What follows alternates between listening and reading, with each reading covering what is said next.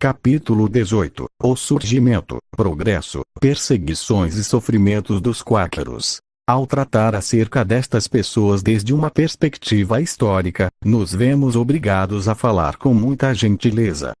Não se pode negar que diferem da generalidade dos protestantes em certos pontos capitais de religião, e, contudo, como conformistas protestantes, ficam incluídos sob a descrição da lei da tolerância. Não é aqui o assunto nosso indagar acerca de se houve pessoas de crenças similares nos tempos da cristandade primitiva. Talvez não, em certos aspectos, porém devemos escrever acerca deles não enquanto a como eram, senão enquanto ao que agora são. Certo é que têm sido tratados por vários escritores de forma muito depreciativa. Também é certo que não mereciam este tratamento. O apelativo de quáquero foi-lhes dado como termo de vitupério, como consequência das evidentes convulsões que sofriam quando davam seus discursos, porque imaginavam que eram efeito da inspiração divina. Não nos toca a nós agora indagar se as crenças destas pessoas concordam com o Evangelho, mas o que sim é verdade é que o primeiro de seus líderes como grupo separado foi um homem de escuro berço, que primeiro viveu em Leicestershire, por volta de 1624. Ao referir-nos a este homem expressaremos nossos próprios sentimentos de uma forma histórica, e unindo a estes o que disseram os próprios amigos, trataremos de dar uma narração completa. George Fox descendia de pais honrados e respeitados, que o criaram na religião nacional. Porém de criança parecia religioso, calado, firme e manifestando, além de seus anos, um conhecimento não comum das coisas divinas. Foi educado para a agricultura e outras atividades do campo, e estava inclinado de maneira particular à ocupação solitária de pastor, emprego este bem apropriado para sua mente em vários aspectos, tanto por sua inocência como por seu afã de solidão. E foi um justo emblema de seu ministério e de seus serviços posteriores. No ano 1646, deixou totalmente a Igreja Nacional, em cujos princípios tinha sido criado e até então, observado.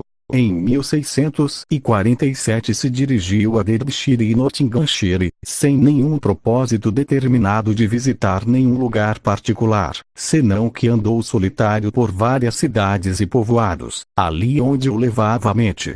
Jejuava muito, disse-veu, e frequentemente caminhava a lugares retirados, sem outra companhia que sua Bíblia. Visitou a gente mais retirada e religiosa daqueles lugares, diz Penn, e alguns havia, bem poucos, desta nação, que esperavam a consolação de Israel dia e noite. Como Zacarias, Ana e Simeão a esperavam em tempos antigos. A estes foi enviado, e a estes buscou nos condados limítrofes, e entre eles ficou até que lhe foi dado um ministério mais amplo. Neste tempo ensinou, e foi um exemplo de silêncio, tratando de tirá-los de uma atuação artificial, testemunhando-lhes acerca da luz de Cristo dentro deles, e voltando a ela, e alentando-os a esperar pacientemente, e a sentir seu poder agitando-se em seus corações, para que seu conhecimento e culto a Deus pudesse consistir no poder de uma vida incorruptível que devia ser achada na luz, porquanto era obedecida na manifestação da mesma no homem. Porque no Verbo estava a vida, e a vida era a luz dos homens. Vida na palavra, luz nos homens. E vida também nos homens, assim como a luz é obedecida. Vivendo os filhos da luz pela via da palavra, pela qual a palavra os gera de novo para Deus, o qual é a geração e o novo nascimento, sem o qual não há entrada no reino de Deus, no qual todo aquele que entra é maior que João, isto é, que a dispensação de João, que não era do reino, senão que foi a consumação da legal, e precursor dos tempos do Evangelho, do tempo do reino.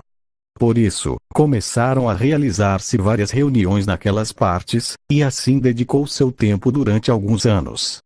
No ano 1652, teve uma grande visitação da grande obra de Deus na terra, e da forma em que devia sair, para iniciar seu ministério público.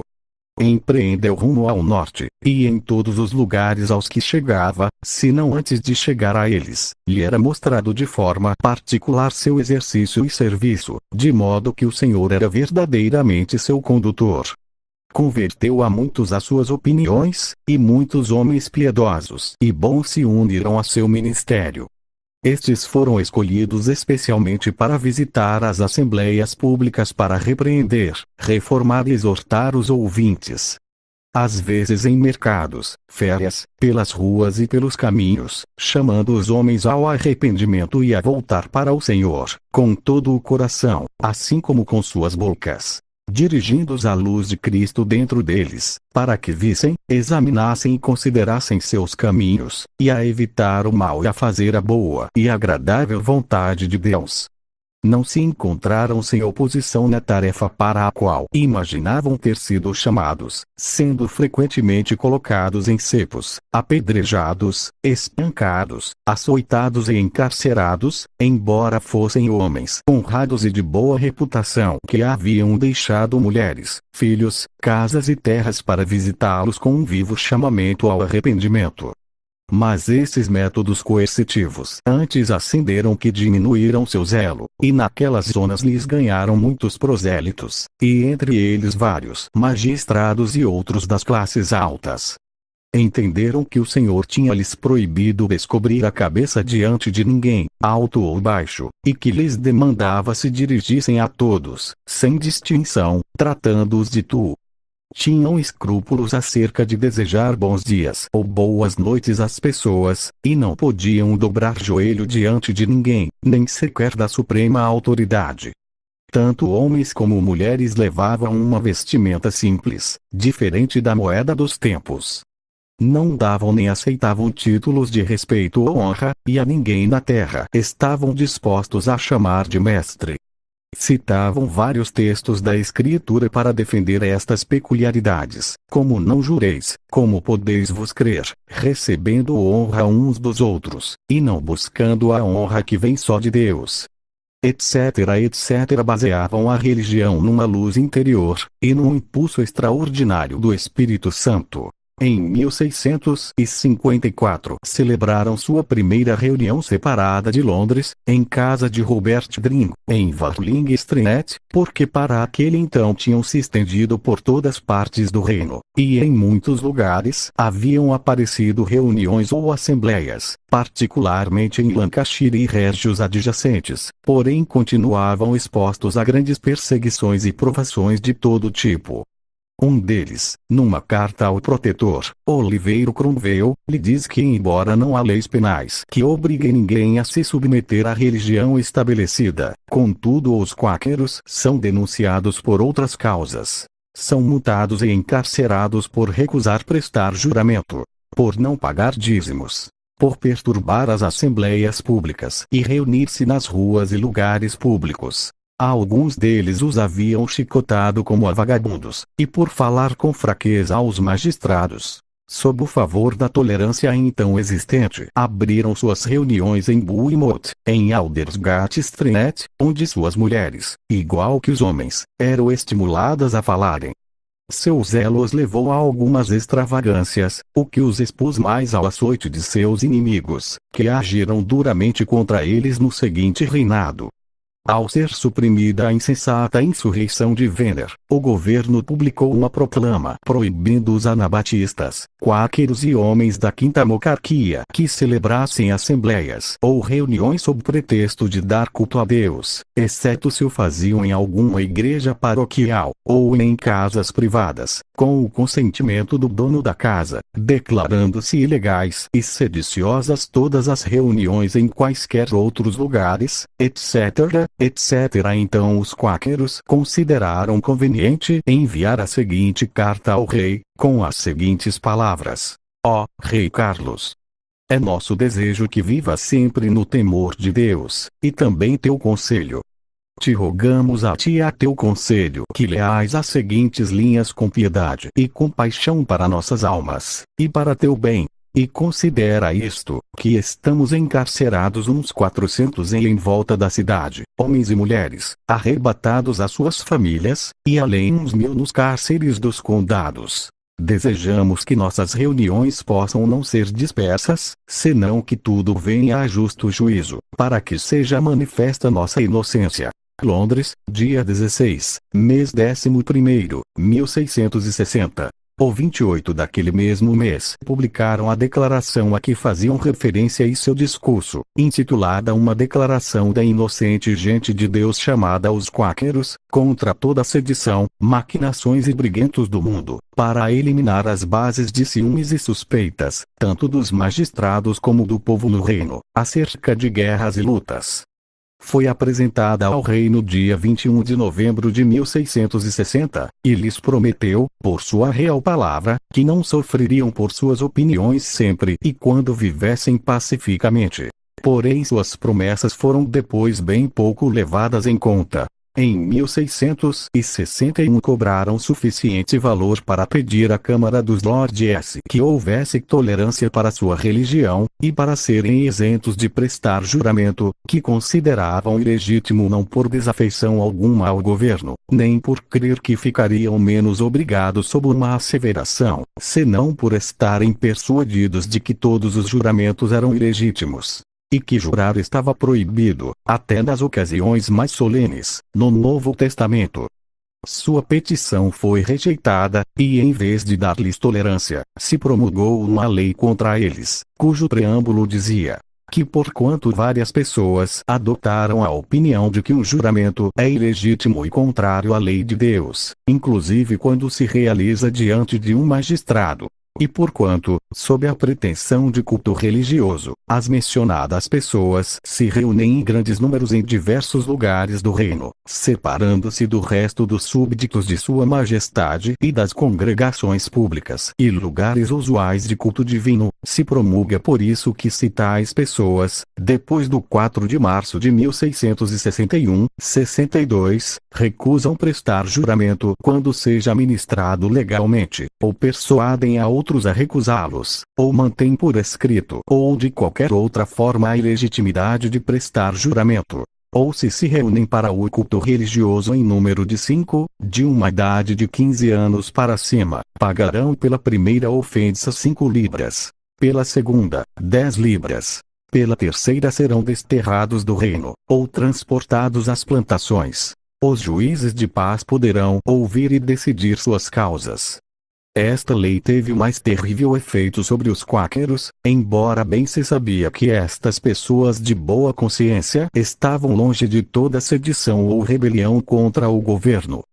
George Fox, em suas palavras ao rei, lhe comunica que 3.068 de seus amigos tinham sido encarcerados desde a restauração de Sua Majestade, que suas reuniões eram diariamente dispersadas por homens com paus e armas, e que seus amigos eram lançados na água e pisoteados até que manava sangue, o que fazia que se reunissem nas ruas.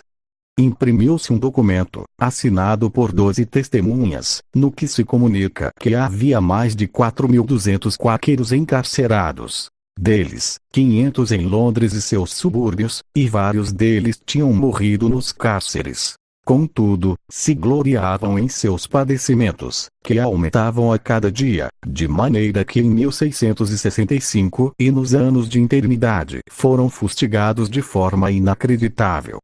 Como persistiam resolutamente em reunir-se abertamente em Bournemouth, lugar já mencionado, os soldados e outros oficiais os levaram dali à prisão, até que Newgate ficou lotada deles, e multidões morreram pelo estreito confinamento, naquele e noutros cárceres. 600 deles, diz um relato publicado naquele tempo, estavam encarcerados, simplesmente por causa de sua religião, dos que vários foram levados às plantações.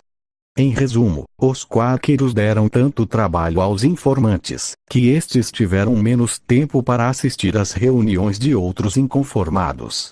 Não obstante, sob todas estas calamidades, se comportavam pacientemente e com gentileza ante o governo, e quando teve lugar o complô de Reuss em 1682, consideraram conveniente proclamar sua inocência acerca daquele falso complô, num documento enviado ao rei, no qual, apelando ao esquadrinhador de todos os corações, dizem que seus princípios não lhes permitem tomar armas em defesa própria, e muito menos vingar-se pelos danos recebidos de outrem, que continuamente oram pela segurança e preservação do rei, e que por isso aproveitam esta oportunidade para rogar humildemente a sua majestade que tenha compaixão de seus sofredores amigos, que lotam tanto seus cárceres que têm carência de ar, com evidente perigo para suas vidas e com perigo de infecções em diversos lugares.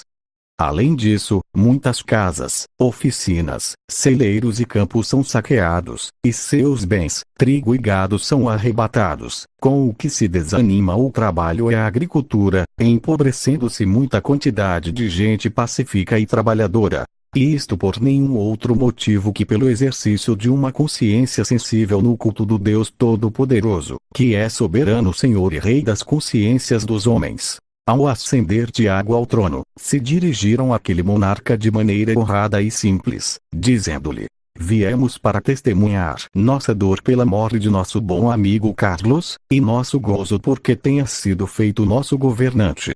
Se nos diz que não pertences à persuasão da Igreja de Inglaterra, como tampouco nós o somos. Por isso, esperamos que nos concedas a mesma liberdade que tu te permites, fazendo o qual desejamos todo tipo de bênçãos.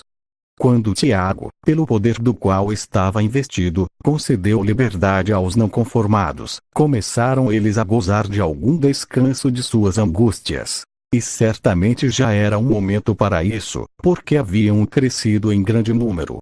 O ano anterior a este, que para eles foi de feliz liberação, numa petição que expuseram a Tiago para que se pusesse fim a seus sofrimentos, estabeleceram que nos últimos tempos 1.500 de seus amigos, tanto homens como mulheres, dos que agora restavam 1.383, dos quais 200 são mulheres, muitas com sentença de desacato à autoridade régia, e mais de 100 delas, por recusarem realizar juramento de lealdade, porque não podem jurar. 350 morreram em prisão desde o ano 1680. Em Londres, o cárcere de Newgate tem ficado lotado até arrebentar, havendo nos últimos 2 anos até quase 20 pessoas por cela, pelo qual várias pessoas morreram asfixiadas e outros, que saíram doentes, morreram de febres malignas após alguns dias. Grandes violências, destroços enormes, terríveis perturbações e saqueios tremendos têm sido aplicados aos bens e possessões da gente, por um grupo de informantes ociosos, insólitos e implacáveis, por perseguições baseadas na lei de conspirações, e outras, também em escritos quitan, e em outros processo por 20 libras por mês, e 2/3 partes de suas possessões confiscadas para o rei. Alguns não tinham uma cama na qual jazer, outros não tinham animais para lavrar o solo, nem trigo para alimento ou pão, nem ferramentas de trabalho. Os tais informadores e xerifes penetravam violentamente em casas em alguns lugares, com o pretexto de servir o rei e a igreja. Nossas assembleias religiosas têm sido acusadas ante a lei comum de ser sediciosas e perturbadoras da paz pública, pelo que grandes números foram encerrados em prisão sem consideração alguma pela idade, e muitos lançados em buracos e masmorras. Os aprisionamentos por 20 libras por mês tinham levado a milhares de pessoas encarceradas, e vários que haviam empregado a pessoas pobres em manufaturas não podem jamais fazê-lo, por seu prolongado confinamento. Não perdoam viúvas nem órfãos, e tampouco têm nem sequer cama onde dormir. Os informantes são ao mesmo tempo testemunhas e fiscais, para a ruína de grande número de famílias frugais. E juízes de paz foram ameaçados com multas de 100 libras se não emitem ordens de prisão com base em suas denúncias. Com esta petição apresentaram uma lista de seus amigos encarcerados, nos vários condados, que ascendia a 460. Durante o reinado do rei Tiago II, esta gente foi, pela intercessão de seu amigo Sr. Pen, tratada com maior tolerância do que jamais o havia sido. Tinham se tornado muito numerosos agora em muitos lugares do país, e ao ter lugar, pouco depois, o estabelecimento de Pensilvânia, muitos foram para a América. Ali gozaram das bênçãos de um governo pacífico, e cultivaram as artes do trabalho honrado. Como toda a colônia era propriedade do Sr. Pen, convidou agentes de todas as denominações a ir e assentar-se ali. Teve lugar uma liberdade de consciência universal. E nesta nova colônia se estabeleceram pela primeira vez os direitos naturais da humanidade. Estes amigos são, em tempo presente, um grupo bem inocente e inofensivo. Mas já falaremos disso numa sessão posterior. Por suas sábias leis, não somente se honram a si mesmos, senão que são de grande serviço para a comunidade. Pode ser necessário observar aqui que porquanto os amigos, comumente chamados quáqueros, não prestam juramento num tribunal, se permite sua afirmação em todas as questões civis. Porém não podem perseguir um criminoso, porque nos tribunais ingleses toda a evidência deve ser sobre juramento. Relato das perseguições aos amigos, comumente chamados quáqueros, nos Estados Unidos. Por volta de meados do século XVII se infligiu muita perseguição e sofrimento a uma seita de inconformados protestantes, comumente chamados quáqueros. Gente que surgiu naquele tempo na Inglaterra, e alguns dos quais selaram seu testemunho vida a seu sangue. Para uma história destas pessoas, veja a história de Seville, ou Adgold, acerca deles. Os principais motivos pelos que seu inconformismo de consciência os fez susceptíveis às penas da lei foram: sua resolução cristã de reunir-se publicamente para o culto de Deus da forma mais conforme à sua consciência; sua rejeição a pagar dízimos, que consideravam uma cerimônia judaica, abrogada pela vinda de Cristo; seu testemunho em contra das guerras e das lutas, cuja prática consideravam inconsequente com o mandamento de Cristo. Amai vossos inimigos Mt 5:44. Sua constante obediência ao mandamento de Cristo. Não jureis de nenhum modo Mt 5:34. Sua rejeição a pagar taxas ou valorações para edificar e reparar casas de culto com as que eles não estejam de acordo. Seu uso da linguagem apropriada e escrituraria, tweet para uma pessoa individual. E seu afastamento do costume de descobrir-se a cabeça como homenagem a um homem. A necessidade em que se encontraram muitos de publicar o que acreditavam ser a doutrina da verdade, e isso às vezes nos lugares designados para o culto nacional público. Sua consciente inconformidade nos anteriores pontos os expôs a muita perseguição e sofrimento, consentindo em procedimentos judiciais, multas, cruéis espancamentos, açoites e outros castigados corporais, encarceramentos, desterros e inclusive a morte. Dar um relato detalhado de suas perseguições e sofrimentos iria além dos limites desta obra.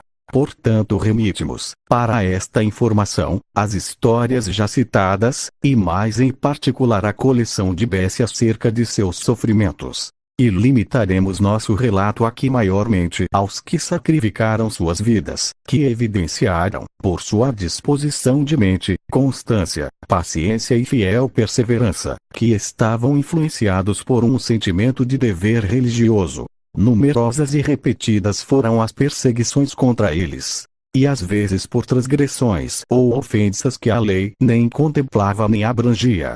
Muitas das multas e penalidades que lhes foram impostas não somente eram irrazoáveis e exorbitantes, de modo que não podiam pagá-las e se viam aumentadas várias vezes o valor da demanda.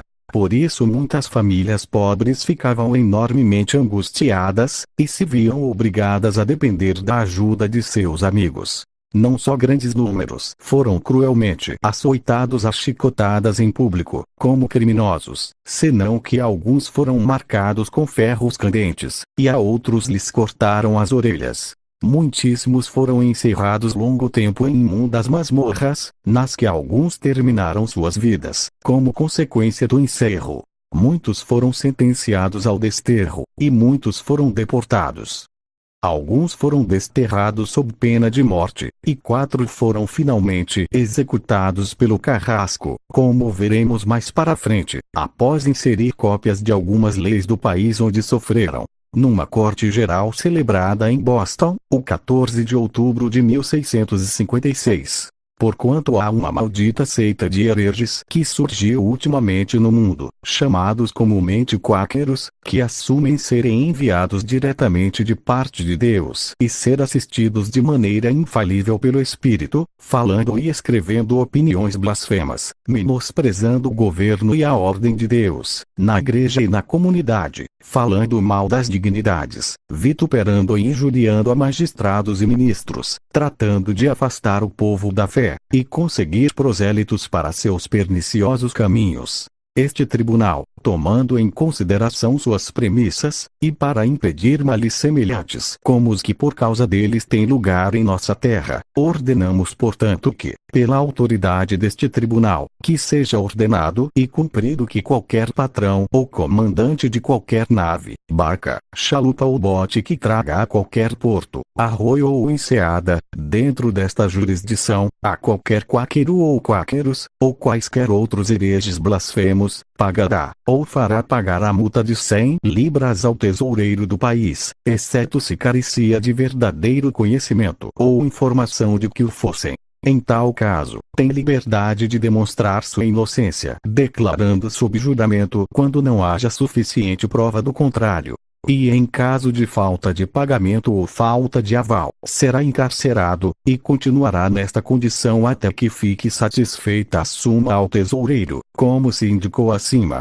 E ao comandante de qualquer barca, nave ou chalupa que fique legalmente convicto, dará suficiente segurança ao governador, ou a qualquer ou mais dos magistrados, que tenham poder para determinar a mesma, para levá-los outra vez ao lugar de onde vieram. E em caso de que recuse fazê-lo, o governador, ou um ou mais dos magistrados, recebem por estes instrumento poderes para emitir sua ou suas ordens para entregar o mencionado patrão ou comandante à prisão, para que fique nela até que dê suficiente seguridade do conteúdo ao governador, ou a qualquer dos magistrados, como já foi dito.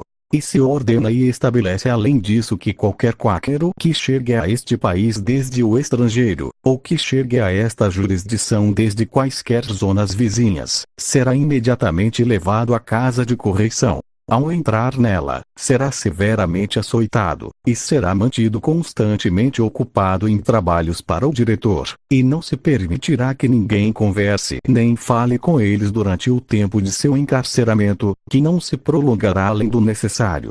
E se ordena que se qualquer pessoa introduzir intencionadamente em qualquer porto desta jurisdição quaisquer livros ou escritos quáqueros, acerca de suas diabólicas opiniões, pagará por tal livro ou escrito que lhe seja legalmente demonstrado contra ele ou eles a suma de 5 libras. E todo que dispersar ou ocultar tal livro ou escrito e seja encontrado com ele em cima, ou em sua casa e não o entregar de imediato ao magistrado, pagará uma multa de 5 libras por dispersar ou esconder tal livro ou escrito. E também se ordena, além do mais, que se quaisquer pessoas de dentro desta colônia assumem em defesa das opiniões heréticas dos quáqueros, ou de nenhum de seus livros ou artigos, serão multados pela primeira vez com 40 shillings. Se persistirem no mesmo, e as defendem numa segunda vez, 4 libras. Se apesar disso voltam defender e a manter as mencionadas opiniões heréticas dos quáqueros, serão levados à casa de correição até que haja uma passagem conveniente para tirá-los desta terra, sentenciados a desterro pelo tribunal.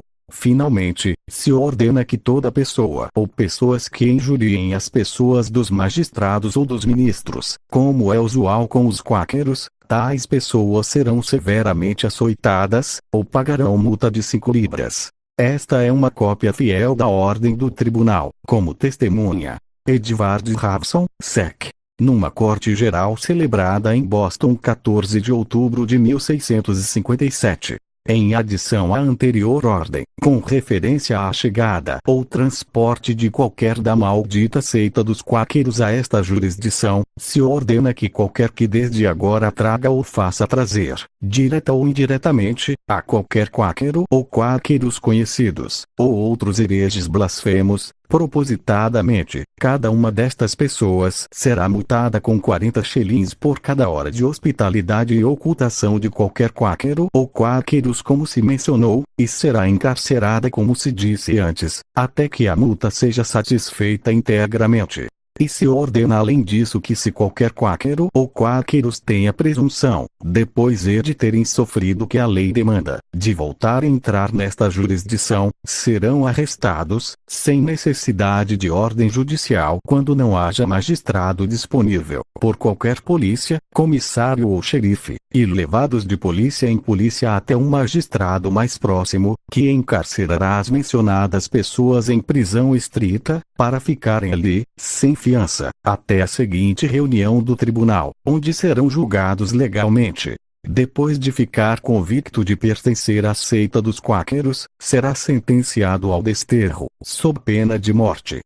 E todos aqueles habitantes desta jurisdição que sejam convictos de pertencer à mencionada seita, bem por assumir, publicar ou defender as horrendas opiniões dos quáqueros, ou agitando motins, sedição ou rebelião contra o governo, ou assumindo suas insultantes e subversivas práticas, como a de negar respeito cortes a seus iguais ou superiores, e afastando-se das assembleias da igreja. E em lugar disso frequente reuniões próprias, em oposição à nossa ordem eclesiástica, aderindo-se ou aprovando a qualquer quáquero conhecido ou os princípios e as práticas dos quáqueros que sejam opostas às ortodoxas opiniões recebidas dos piedosos, e que trate de levar a outrem a serem desafetos frente ao governo civil e à ordem da igreja, ou que condene a prática e os procedimentos deste tribunal contra os quáqueros, manifestando por isso que está de acordo com eles, cujo dignidade é a subversão da ordem estabelecida na igreja e no Estado. Toda pessoa assim, sob convicção ante o mencionado tribunal, da forma mencionada, será encerrada em prisão estrita durante 1 mês, e depois, a não ser que escolha voluntariamente ir-se desta jurisdição, se der fiança por sua boa conduta, e comparecer ante o tribunal em sua seguinte convocatória, persistindo em sua obstinação, recusando retratar-se e reformar-se das mencionadas opiniões, será sentenciada a desterro sob pena de morte. E qualquer magistrado que ao receber denúncia de toda pessoa assim, a fará prender e encerrar em prisão, à sua discrição, até que compareça a juízo, como se especificou anteriormente. Parece que também se promulgaram leis nas então colônias de New Plymouth e New Haven, e no estabelecimento holandês de New Amsterdam, agora New York, proibindo as pessoas chamadas quáqueros que entrassem nestes lugares, sob severas penas. Como consequência disso, alguns sofreram consideravelmente. Os 2 primeiros em serem executados foram William Robinson, mercador, de Londres, e Marmaduke Stevenson, camponês, de Yorkshire. Chegados a Boston, a começos de setembro, foram feitos comparecer ante o tribunal e ali sentenciados a desterro, sob pena de morte. Esta sentença foi também pronunciada contra Meridiar, mencionada mais adiante, e Nicholas Davis, que se encontravam em Boston. Mas William Robinson, considerado como mestre, foi também condenado a ser duramente açoitado, e se ordenou ao chefe de polícia que conseguisse um homem forte para isso. Então Robinson foi levado até a rua, e despido, colocando suas mãos através dos orifícios da carreta de um grande canhão, onde o manteve o carcereiro, o verdugo lhe aplicou 20 açoites com um chicote de 3 pontas. Depois ele e os outros presos foram liberados e desterrados, como se despreende da seguinte ordem. Se ordena por esta que se coloque agora em liberdade a William Robinson, Marmaduke Stevenson, Meridiar e Nicholas Davis, que, por ordem do tribunal e do conselho, tinham sido encarcerados, porque se desprendeu por própria confissão deles, suas palavras e ações, que são quáqueros. Portanto se pronunciou sentença contra eles para se saíssem desta jurisdição, sob pena de morte. E que será seu próprio risco se qualquer deles for achado dentro desta jurisdição ou em qualquer parte da mesma depois do 14 deste presente mês de setembro. Edward Rawson. Boston, 12 de Santo, 1659. Embora Meridiar e Nicholas Davis deixaram esta jurisdição naquele então, Robinson e Stevenson, contudo, embora saíram da cidade de Boston, não puderam decidir-se, não estando livres em sua consciência, a ir-se daquela jurisdição, ainda se jogassem a vida. Dirigiram-se então a Salem, e a alguns lugares das redondezas, para visitar e edificar a seus amigos da fé. Mas não se passou muito tempo antes que voltassem a serem encarcerados em Boston, e acorrentados nas pernas. No mês seguinte também voltou Meridiar. E enquanto estava em frente do cárcere, falando com um tal Christopher Oldey, que tinha chegado ali com o propósito de indagar acerca de algum barco que se dirigisse à Inglaterra, aonde queria ir, foi também arrestada. Assim, agora tinham 3 pessoas que, segundo a lei deles, tinham perdido o direito à vida.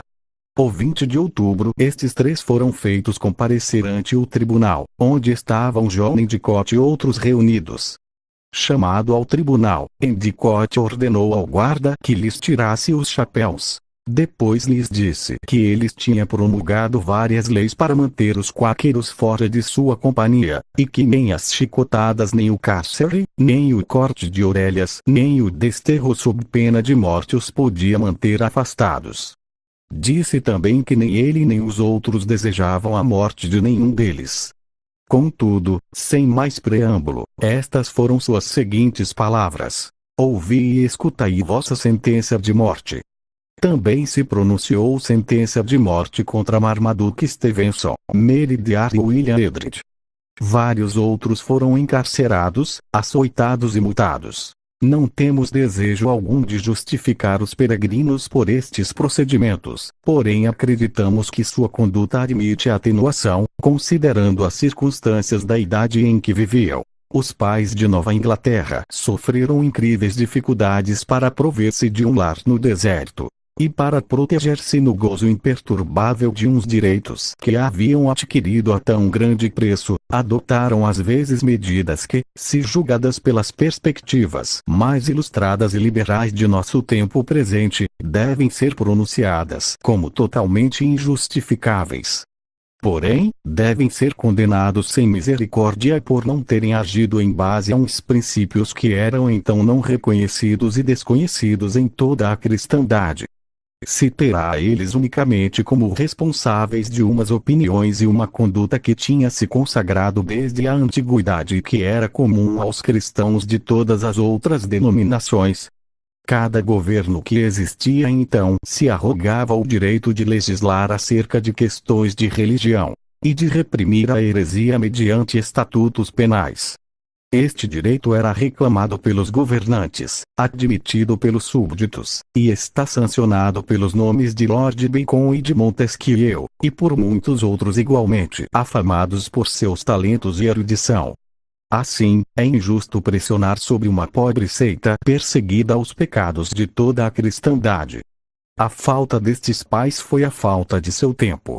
E embora não possa ser justificada, desde logo é um atenuante de sua conduta. Igualmente poderiam ser condenados por não compreender e agir com base nos princípios da tolerância religiosa. Ao mesmo tempo é justo dizer que por imperfeitas que fossem suas perspectivas enquanto aos direitos da consciência, estavam contudo muito avançados à idade a qual pertenciam. E que é mais com eles que com nenhuma classe de homens sobre a terra que está o mundo em dívida pelas perspectivas mais racionais que prevalecem hoje em dia acerca da questão da liberdade civil e religiosa.